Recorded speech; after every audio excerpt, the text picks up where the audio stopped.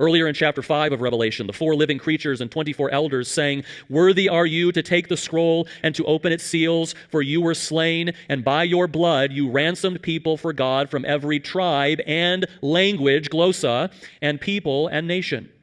Likewise, chapter 10, 11, 13, 14, and 17 all describe the multitude of redeemed people from all nations and tribes and languages, glosa.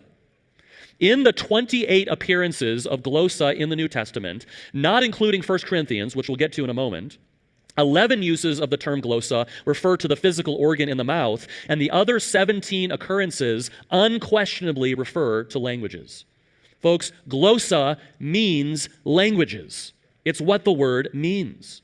And so based on the clear meaning of the word, the gift of tongues is the ability to speak in known languages that the speaker himself does not know. Now, of course, this biblical definition of tongues as speaking known languages is a far cry from the practice of tongues by modern charismatics.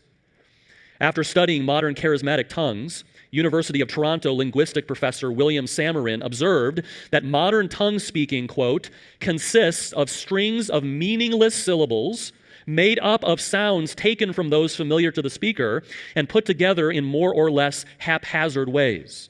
He says, glossolalia, speaking in tongues, is language-like because the speaker unconsciously wants it to be language-like.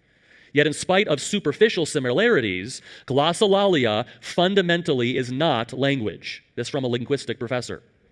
Even D.A. Carson, who is not a cessationist, acknowledges that, quote, modern tongues are lexically uncommunicative, and the few instances of reported modern speaking in foreign languages are so poorly attested that no weight can be laid on them, unquote. But in fact, even Charles Parham, who was the preacher connected with the first supposed case of tongues that sparked the modern charismatic movement, taught that tongues were known languages. He believed that, quote, the Lord will give us the power of speech to talk to the people of various nations without having to study them in schools, unquote.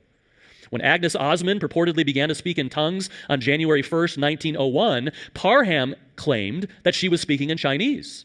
But this was quickly proven false.